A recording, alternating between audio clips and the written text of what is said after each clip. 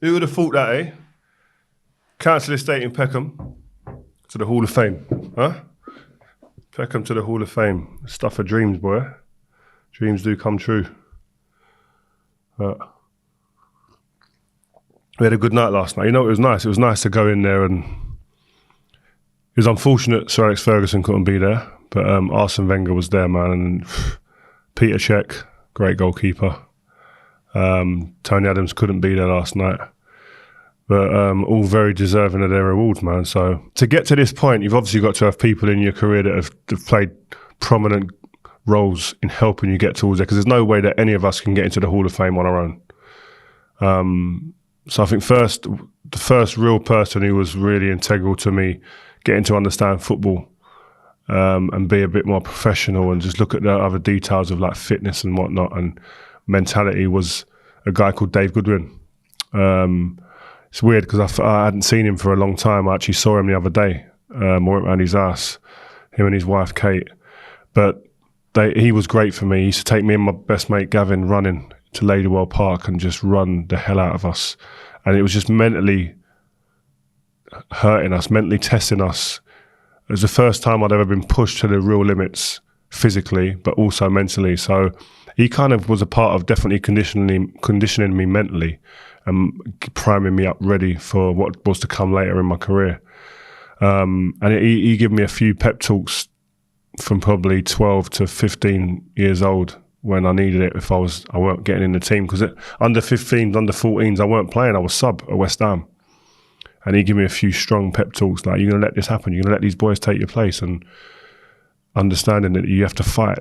These things don't just get given to you. You've got to fight. And so, yeah, he was big for me, Dave Goodwin. Tony Carr, my youth team manager at West Ham, was massive. Again, he was one of those guys who he was really, really strong on fundamentals.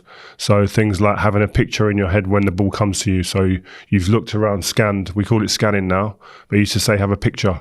So you scan, have a look. The ball comes in. You've already took a picture of what's around you so you can play 1 touch, 2 touch, etc. Those basics like that, moving all the time, passing and moving. Third man runs, like all stuff like that, man. It's just like all the basics and a winning mentality too, because our youth team was a successful team. We won the league and stuff, got the FA Youth Cup final. He was great. He brought through a load of players, the Frank Lampards, the Carricks, the Joe Coles, my brother, etc. All of those guys come through under his guidance and the other coaches there. Harry Redknapp for giving me my debut was massive for me, giving me the confidence, made me feel like $1 million every time. He was the first person that called me a Rolls Royce, really, I think, that to my knowledge, but publicly. And just made me feel like I could deal with any situation on a football pitch because you're that good. That's exactly how he made you feel.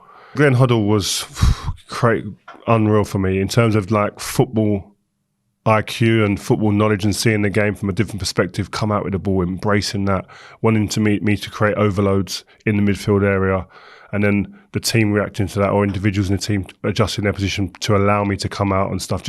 I just felt, wow.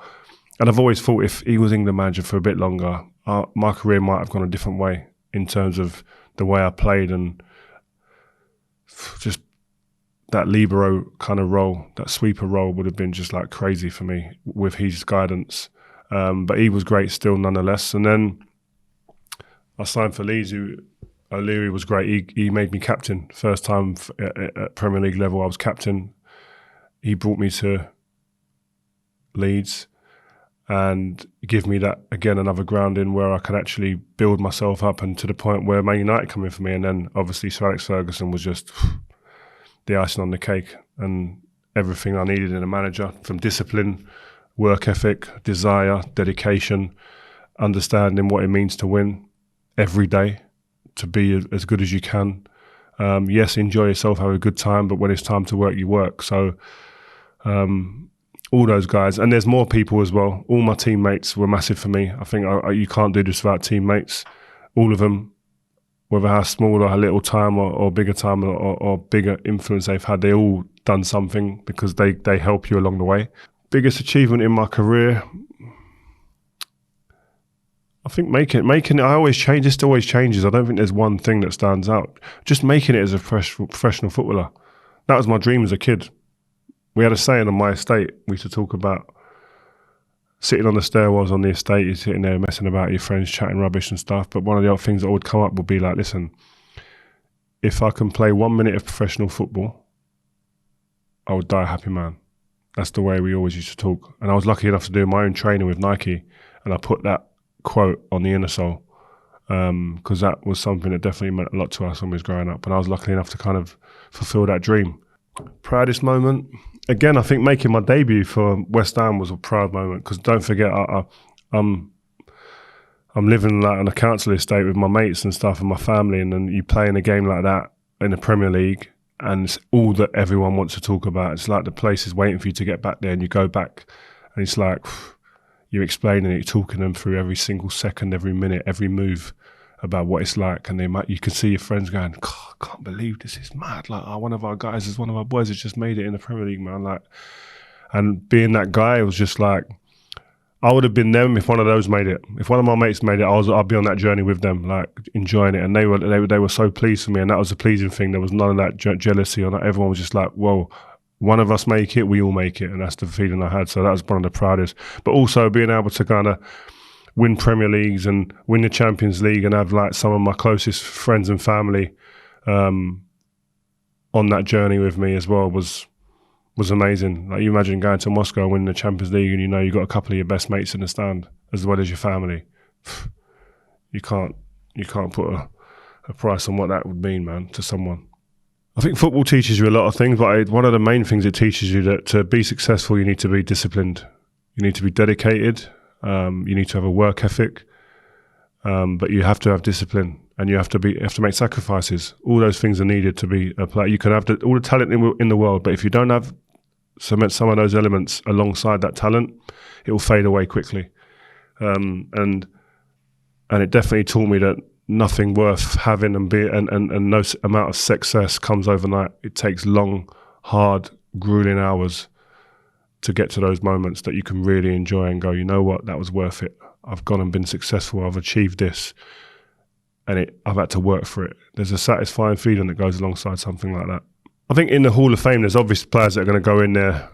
You can see the inductees and people that are on the next list waiting to go in. I think there's Andy Cole and people like that. They're all going to go in there at some point. It's just a matter of time. But someone who's not on the list at the moment, who I'm surprised about, who I think should be, is Gareth Barry.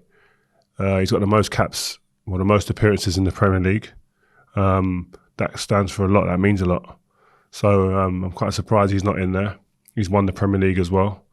And to have the most appearances, he's up there with the most tackles as well. Like, to have those two, and he's won the Premier League. Like, I don't understand how he's not on the list. He must have just been one of those names that just been forgot. But he would be one that I would definitely be saying, wow, he needs to be in the mix-up, definitely. I think as well, Hall of Fame, if you were to say to me right now, who is currently playing could get into the Hall of Fame, who I think will go in there, I think Kevin De Bruyne is the first name everyone's mentioning. Arsene Wenger mentioned him last night when he was asked. I agree. I think Salah will probably eventually end up in there. Haaland carries on. Jesus. He probably can go in there just after the one season he's had. He's broke the big goal record. Haaland could probably jump in there right now and be comfortable. Who's a young player I think could end up in there? Phil Foden will end up in there. Do you know that Phil Foden, potentially at the end of this season, if Man City win the Premier League, he will have 5 Premier Leagues, and he's 23 years old. It's a disgrace. It's an absolute disgrace. Also, I need to check something with the Premier League. Can we do this, please, guys? How many appearances do you need now to be worthy of a Premier League title medal? Because I remember players when I played, Wes Brown, I think, missed out on 2 or 3 Premier League medals because he didn't play the relevant amount of games needed. And I think the games was, early on it was like 12 games I think you had to play. And if you didn't play them, you didn't get a medal. And he missed out 1 year. And I think after that it was like 9 or 10. What is it now? But Foden's going to have 5. So he's going to walk into that Premier League Hall of Fame. Do you know what? The Hall of Fame, yes, I'm ever so proud to be in there. But you know what? The mad thing is, is it's great when you play football and you go out there. First and foremost, you want to do yourself proud. There's pride in the way that you carry yourself and play the game, and you want to be successful and do your best. and you want your peers, your teammates to look at you with that respect that, yeah, you can do the job that you're being asked to do and you're a good player and a player that they need in their team. But as much as that, you want to be able to go out there and make the fans happy. This is sport, but it's entertainment as well. You want your fans going home happy and you want to perform. And you want the opposing fans to say, I don't like him, I hate his team, but he's good. And you look at this Hall of Fame, and I think you're getting a nod in all of those things from getting put into the Hall of Fame. So, yeah, I'm satisfied, I'm proud, I'm content with my career. And a major shout out, and a main shout out is for the fans, because they're the ones that vote for this as well. They vote who gets into the Hall of Fame. So thanks, guys, and really much appreciated.